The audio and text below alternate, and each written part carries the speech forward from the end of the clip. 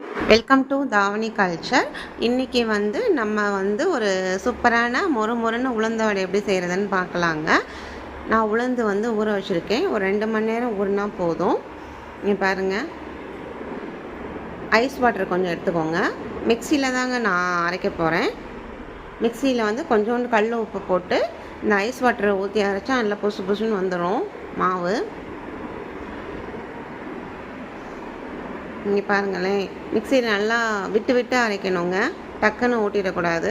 பல்ஸில் வச்சு கொஞ்சம் மெதுவாக அரைச்சா இந்த மாதிரி பந்தாக மாவு நல்லா சூப்பராக வந்துடும். நம்ம கிரைண்டரில் ஆட்டுற மாதிரி அந்த குவான்டிட்டி நமக்கு கிடைக்கும். இங்கே பாருங்கள், எப்படி சூப்பராக வந்திருக்கு மாவு. நீங்களும் இந்த மாதிரி ஐஸ் வாட்டரில் ட்ரை பண்ணி பாருங்கள். நான் அரைக்கும் போதே உப்பு போட்டுட்டேன், கல் உப்பு. இப்போது இந்த வெங்காயம் சேர்த்துக்கலாம். இல்லை சோடா மாவோ நான் பச்சரிசி மாவோ எதுவுமே ஆட் பண்ணலாங்க. வெங்காயம் கலந்துட்டு இப்போது வடை சட்டியில் எண்ணெய் வச்சுருக்கேன். நல்லா சூடானதுக்கப்புறம் தண்ணி வச்சுக்கணுங்க. கையில் தண்ணி தொட்டு போட்டால் தான் அந்த மாவு நம்ம கையில் ஒட்டாமல் வரும். இப்போ பாருங்கள், நல்லா எண்ணெய் காஞ்சதுக்கப்புறம் இந்த மாதிரி தண்ணியை தொட்டு இப்படி உருட்டி போட்டால் நம்ம சூப்பரான ஒரு உளுந்த வடை ரெடி ஆயிடுச்சுங்க.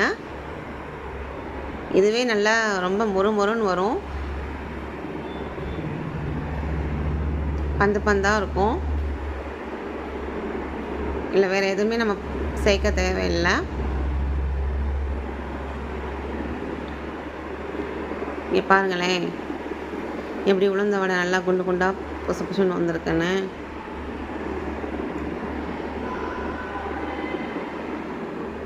உளுந்து ஊற வச்சா ஒரு 10 நிமிஷத்துலேயே இந்த மாதிரி சூடான சூப்பரான ஒரு உளுந்த வடை ரெடி ஆயிருங்க.